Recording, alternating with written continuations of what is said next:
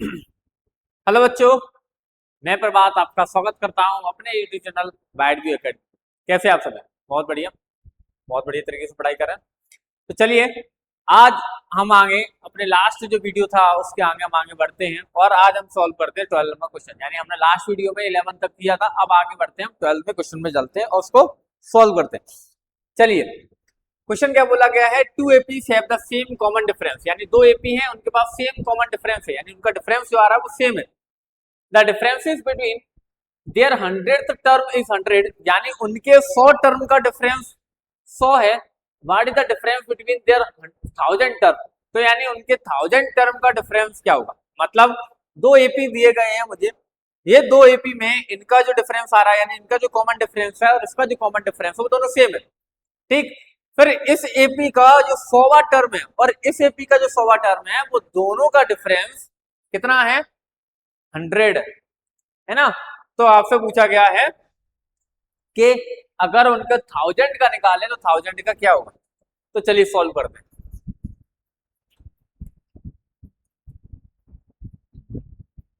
सबसे पहले तो पेन को बदलते हैं और कुछ अच्छा लेते हैं। चलिए, क्या है? मैंने मान लिया पहले कि let the first term of two APs क्या होगा? एक मैंने A1 माना और एक क्या माना? A2 माना। यानी जो पहला टर्म होगा एपी का वो क्या होगा? A1 और A2 आने, यानी पहला वाला जो एपी है उसका फर्स्ट टर्म एपी A1 हो गया और दूसरा वाला जो एपी है उसका फर्स्ट टर्म क्या होगा? A2 हो गया। एंड द कॉमन डिफरेंस क्या होगा? डी होगा। और डी क्यों होगा? क्योंकि दोनों का कॉमन डिफरेंस सेम है, तो इसका भी डी आएगा और इसका भी डी आ जाएगा। ठीक है, अब मैंने निकाला then 100th term of both AP. तो दोनों के एपी का 100 टर्म क्या होगा? तो A100 इक्वल टू क्या हो जाएगा? A1 plus 100 minus 1 into D. तो ये क्या होगा? A100 equal to A1 plus 99 D. और सेम जब दूसरे वाले का निकालेंगे तो उसका भी क्या होगा? A100 equal to A2 plus 100 minus 1 D, यानी A100 इक्वल टू क्या हो जाएगा? A2 प्लस 99 डी, है ना। अब क्वेश्चन में क्या बोला गया कि दोनों का डिफरेंस 100 है। तो दोनों का डिफरेंस अगर देखें तो अकॉर्डिंग टू क्वेश्चन के हिसाब से अगर मैं देखूं तो A1 plus 99D minus A2 plus 99D equal to कितना होगा? 100 होगा। ठीक, ब्रैकेट खोल दो तो A1 plus 99D minus A2 minus 99D equal to 100। तो यहां से ये प्लस का 99 ये माइनस का 99 कट गया, तो मेरे पास क्या बचा? A1 minus A2 equal to 100। यहां से मेरे पास ये एक वैल्यू निकल कर आ गई। ठीक है, अब यही तुमसे क्या पूछा गया है कि what is the difference between their 1000 term. तो 1000 टर्म का डिफरेंस क्या होगा? तो देन द डिफरेंसेस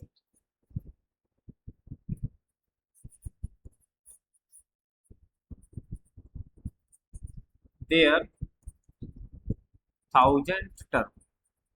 तो क्या होगा? A1 प्लस 1000 टर्म क्या बन जाएगा? 999D minus A2 plus 999D, है ना। ब्रैकेट खोल दो तो A1 plus 999D minus A2 minus 999D। ये माइनस प्लस कट गया, हमारे पास क्या बचा?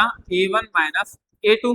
और A1 माइनस A2 क्या है मेरे पास? 100, जो मैंने अभी निकाला। तो इसका आंसर क्या आ जाएगा? 100। यानी उस एपी के 1000वें टर्म का डिफरेंस क्या आएगा? 100 आएगा। जब दोनों का हम डिफरेंस निकालेंगे तो क्या होगा? 100 होगा। ठीक है, समझ में आया? चलो अगला देखिए। अगले वाले में कहा गया है कि how many 3 digits number are divisible by 7, यानी कितने डिजिट है जो तीन 3 डिजिट के कितने नंबर्स हैं जो 7 से डिविजिबल है। चलो सबसे पहले अगर मैं देखूं तो पहला टर्म कौन सा है जो 3 डिजिट का है, तो मैंने कहा the smallest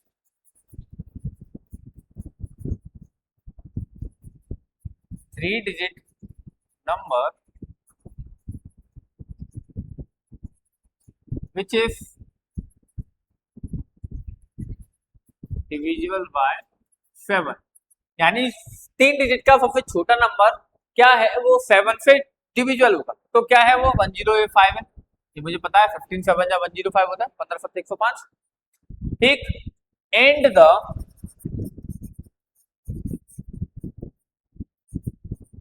greatest 3 digit number which is divisible by 7, यानी 7 से डिविजन होने वाला सबसे बड़ा नंबर 3 डिजिट का। तो मुझे पता है कि 3 डिजिट का सबसे बड़ा नंबर 999 होता है, उसमें मैंने 7 से डिवाइड दिया। 7 बन जाओ 7, कितना बचा 29, 7 4 जा 28, कितना बचा 119, और 7 2 जा 14, यानी कितना बचा 5। अगर मैं 5 माइनस कर दूं तो मेरे पास नंबर क्या आ जाएगा 994, यानी 994 ऐसा नंबर है जो क्या होगा 7 से डिविजन होगा, सबसे बड़ा नंबर जो हमारा होगा, है ना। ठीक है, तो अब आपको पता है नंबर ऑफ टर्म, यानी अगर मैं सीरीज देखूं तो नाउ सीरीज क्या होगी 105 1112 119 और इस तरीके से लास्ट में कितना आएगा 994, ये हमारी सीरीज बन जाएगी, है ना। तो अगर मैं यहां पर निकालना चाहूं, मुझे निकालना क्या है नंबर ऑफ टर्म निकालना है, तो अगर नंबर ऑफ टर्म निकालने के लिए मेरे पास 2 तरीके हैं निकालने का। 2 तरीका क्या कि एक तो मैं ये बना लूं ए एन की वैल्यू मान लूं, यहाँ से ए और डी निकाल, मैं आपको निकाल के दिखाता हूँ, बताता हूँ निकाल के दिखाता हूँ।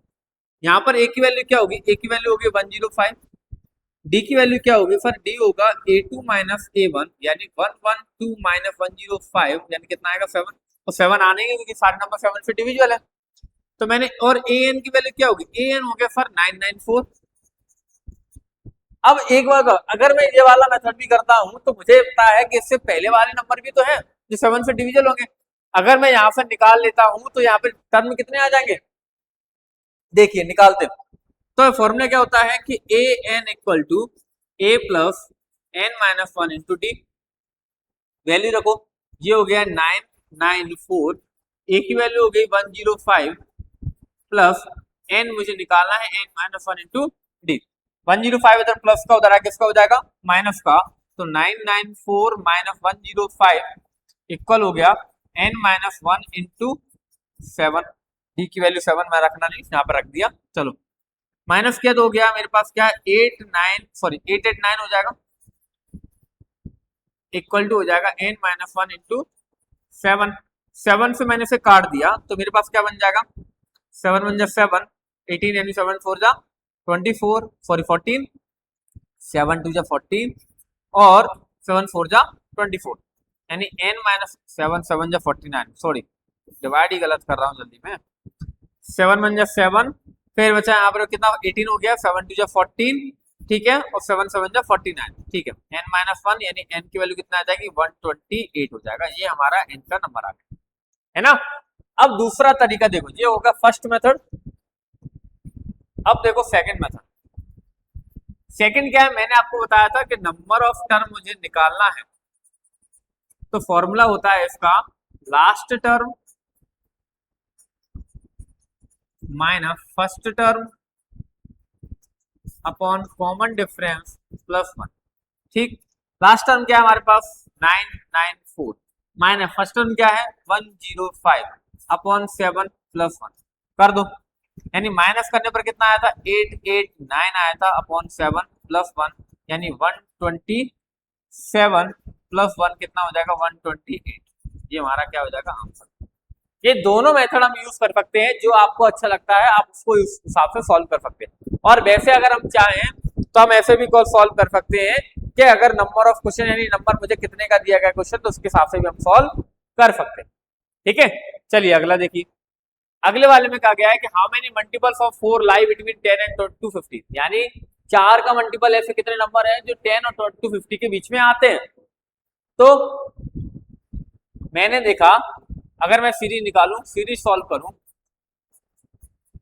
नाउ, अगर मैं देख रहा हूं तो मेरे पास क्या होगा, 12 होगा, 16 होगा, 20 होगा, और इस तरीके से अगर मैं जाऊंगा तो 250 क्या कटेगा बताओ, 250 नहीं कटेगा, तो लास्ट नंबर मेरे पास जो होगा वो 248 होगा।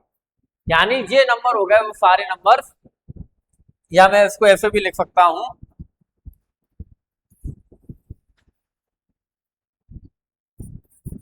The numbers are which is divisible by 4 lie between 10 and 250। यानी 10 और 250 के बीच में जितने भी नंबर है वो सारे मैं लिख दूँ, यानी क्या हो जाएगा, एक 12 हो गया, 16 हो गया, 20 हो गया, और इस तरीके से लास्ट मेरा कितना आया था 248 आया। निकाल लेते हैं। तो मैंने निकाला A N, number of term निकाले, तो मैं डायरेक्ट वाला मेथड यूज कर दूं जो मैंने आपको अभी समझाया था।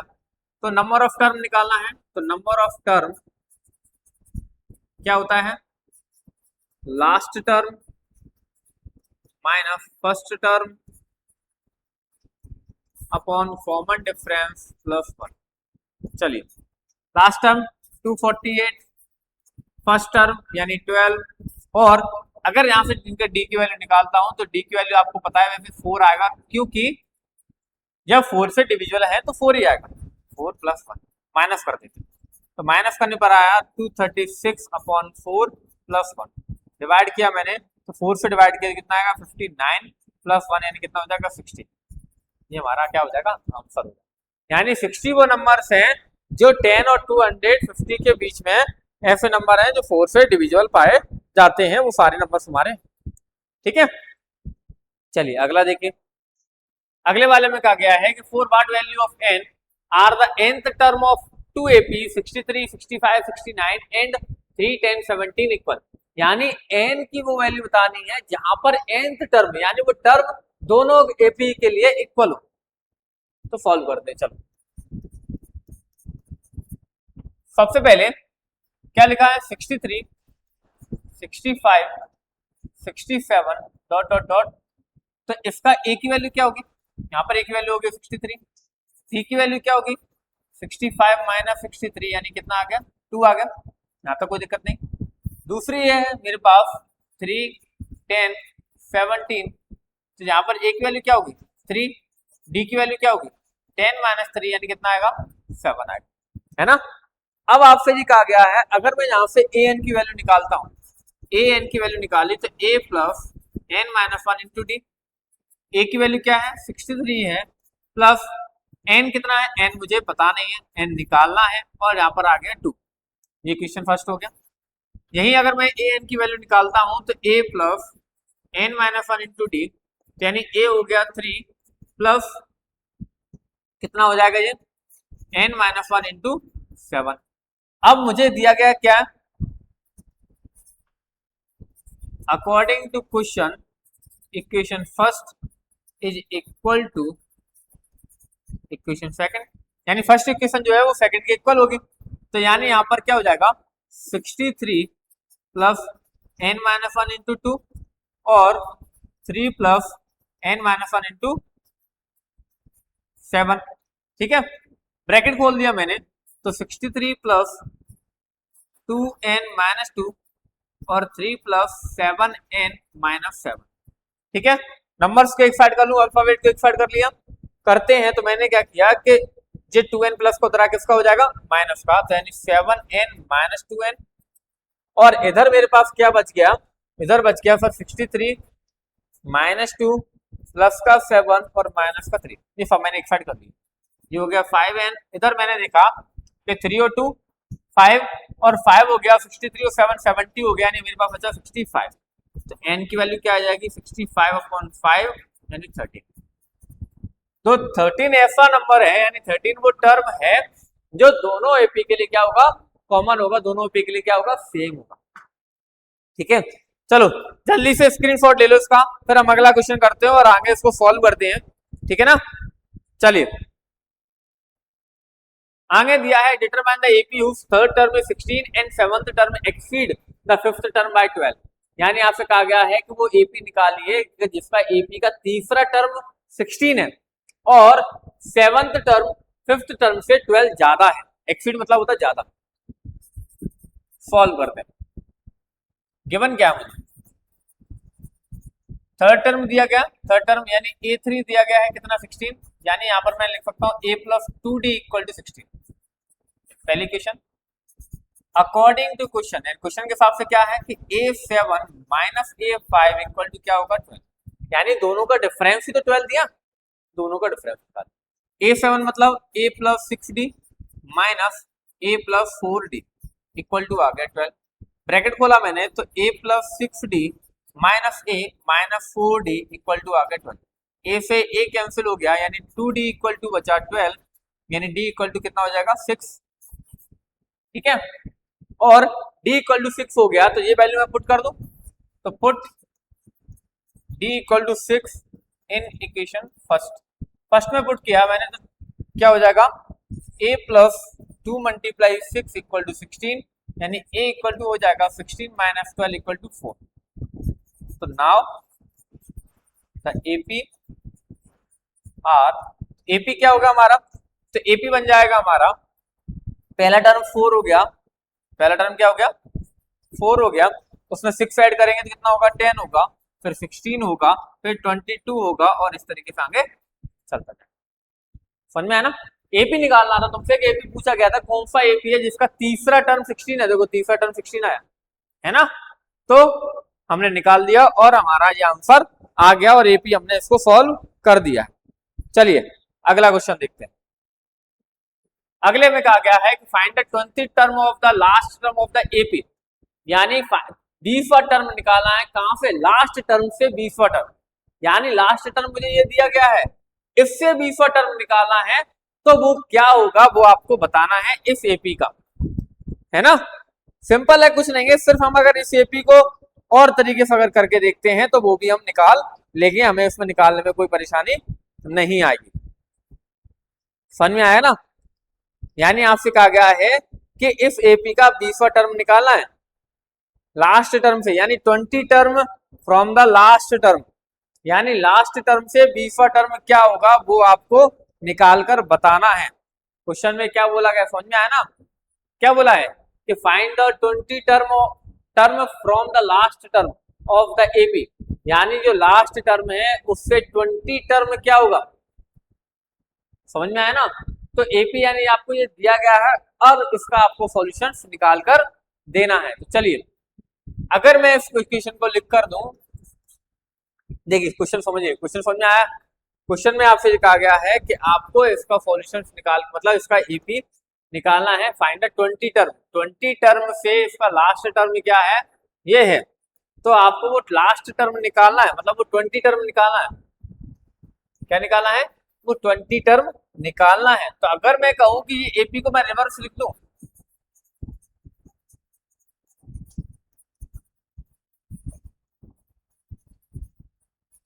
रिवर्स ऑफ गिवन एपी, यानी क्या होगा 253, और अब मैं डिफरेंस थोड़ा सोच के चलो, डिफरेंस क्या दिखाई दे रहा है मुझे, प्लस का 5 दिख रहा है, तो उल्टा चलेंगे तो क्या होगा -5 होगा, तो अगला क्या हो जाएगा 248, और इस तरीके से हम आगे बढ़ते जाएंगे तो आखिरी में क्या आएगा 3 आएगा।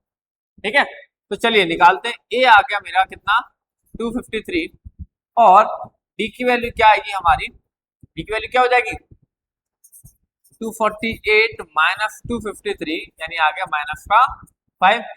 तो अब सॉल्व करते हैं। मुझे 8n इक्वल टू क्या है a plus n minus 1 into D, तो a यानी a 20 निकालना है, 20 टर्म निकालना है, तो 20 टर्म निकालते हैं। तो a 20 equal to 253 plus 20 minus 1 into minus का 5, सॉल्व करते हैं। 253 माइनस प्लस सॉरी 19 मल्टीप्लाई 5, यानी 253 माइनस 85, और मैंने माइनस किया तो हमारे पास आ गया यहाँ पर कितना 1, यहाँ पर आएगा 8 आया, यहाँ पर बचा 4 में से 2 128, ये हमारा क्या हो जाएगा आंसर हो जाएगा, है ना 128 क्या हो जाएगा हमारा आंसर हो जाएगा, यानी वो 128 डिग्री वो टर्म है जिससे लास्ट टर्म हमारा आगे जाके निकलता है। ठीक है, समझ में आया? कोई दिक्कत नहीं ना? समझ में आया ना? कुछ नहीं करना था, सिंपल क्वेश्चन था। क्वेश्चन में कहा गया था कि 20 टर्म अगर हम निकाल रहे हैं, इसको रिवर्स मैंने कर दिया, तो सॉल्व किया मैंने कि A20 = 253 + 20 - 1 - 5, सॉरी मल्टीप्लाई में यहाँ पर, तो 19 5 जा, सॉरी यहाँ पर गलत हो गया, आंसर कहाँ से सही आ गया, ये गलत है, अभी कहाँ से हो गया, तो 19 5 जा कितना होता है जी, माइनस का 5 है ना, तो 19 5 जा 95 होगा, और 95 मैंने जब इसको सॉल्व किया तो मेरा आएगा कितना, 158, ये आंसर, पहले गलत हो गया था, सॉरी मल्टीप्लाई गलत हो गया, तो इससे हमारा आंसर गलत हो गया। ठीक है, समझ में आया ना? चलिए अगला वाला देखते हैं। अगला वाला क्वेश्चन कहा गया है, the sum of the 4th and 8th term of AP is 24, यानी कोई भी एपी का 4th टर्म और 8th टर्म मुझे दिया है 24, और the sum of the 6th and 10th term दिया है 44, find the first 3 term of AP, यानी शुरू का 3 टर्म निकालने।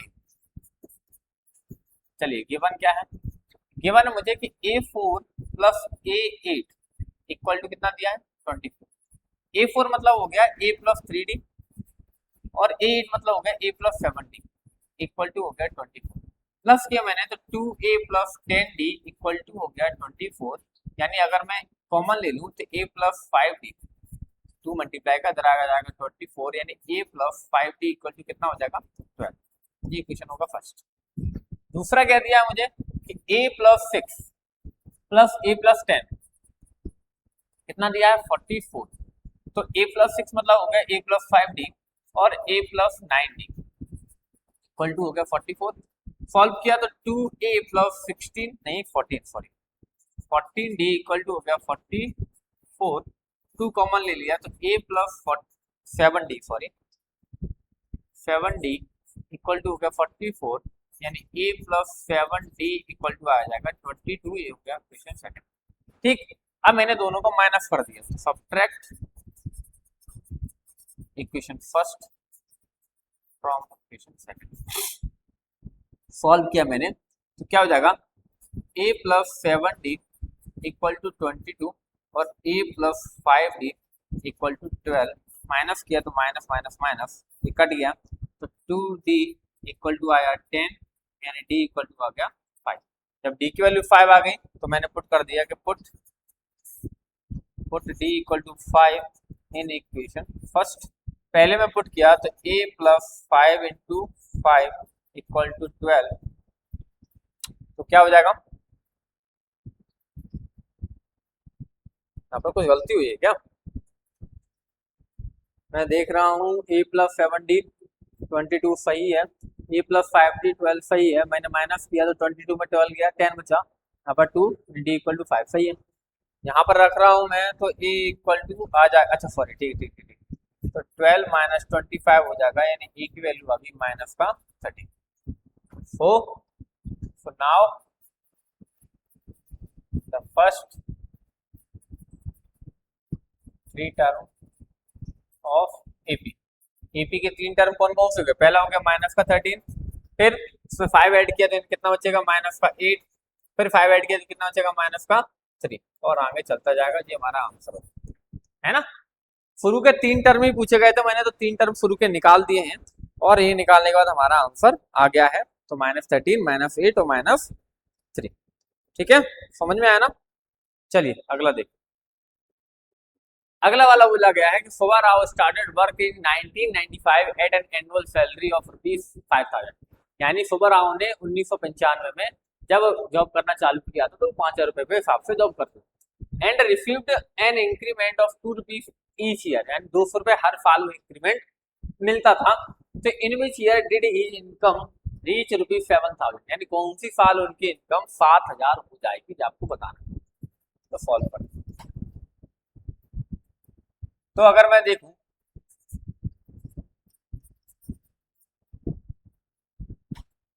अगर मैं ये डाटा को एपी में लिखूं,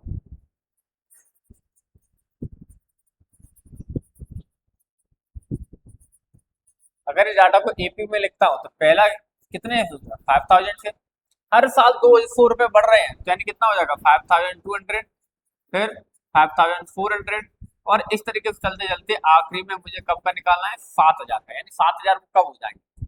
तो यहाँ से अगर मैं ए की वैल्यू निकालूं तो 5000 हो गया, डी की वैल्यू 200 रुपए जो आपको दी गई है, ए एन आपको दिया गया है कितना, 7000 निकालना है आपको, एन की वैल्यू निकाल दो। तो a n equal to a plus n minus one into d, a n मुझे 7000 दिया गया है, 7000 प्लस इक्वल ए की वैल्यू क्या है 5000 plus n minus one into 200 into 200 रुपए।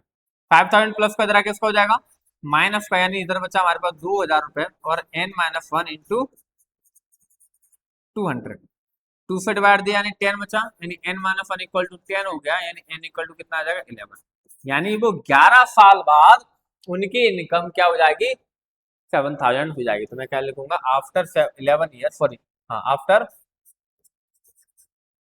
क्या लिख रहा हूँ, after 11 years he reached his income 7000। हाँ ठीक है, समझ में आ गया ना, यानी 11 साल बाद उनकी इनकम कितनी हो जाएगी, 7000 रुपए हो जाएगी, ये हमें दिया गया। चलिए लास्ट क्वेश्चन हमारी एक्सरसाइज का, उसके बाद हमारा ये जब एक्सरसाइज खत्म हो जाएगी अगली एक्सरसाइज चालू होगी। चलिए क्या बोला गया है कि Ramkali saved ₹5 in the first week, यानी रामकली 5 रुपए पहले वीक में, उस साल के पहले हफ्ते में 5 रुपए बचाती है। Then increase her weekly saving is ₹1.75। अब हर साल सॉरी हर हफ्ते उनका जो सेविंग अमाउंट है वो 1.75 बचता रहा। If in the nth week, यानी अगर मान लीजिए कि nवें वीक में हर वीकली सेविंग बिकम्स 20.75, तो अगर मान लीजिए कि उनके nth वीक में जाके उनकी सेविंग 20.75 हो जाती है, तो वो n की वैल्यू क्या है वो निकालो। Same given data in AP, data को एपी में लिखता हूं, तो स्टार्टिंग में क्या 5, अब हर हफ्ते 1.75 बढ़ रहा है, यानी कितना हो जाएगा 6.75। फिर अगला क्या होगा 1.75, अगर इसमें ऐड करोगे तो 1.75 कितना होता है 350, तो यानी 50, यहाँ पर तो 50 हो ही जाएगा, और यहाँ पर अगर ऐड करोगे तो 6.7 यानी 8 हो जाएगा, कितना हो जाएगा 8.75 हो जाएगा, ठीक है। और लास्ट में आके हमारा कितना हो जाएगा 20.75।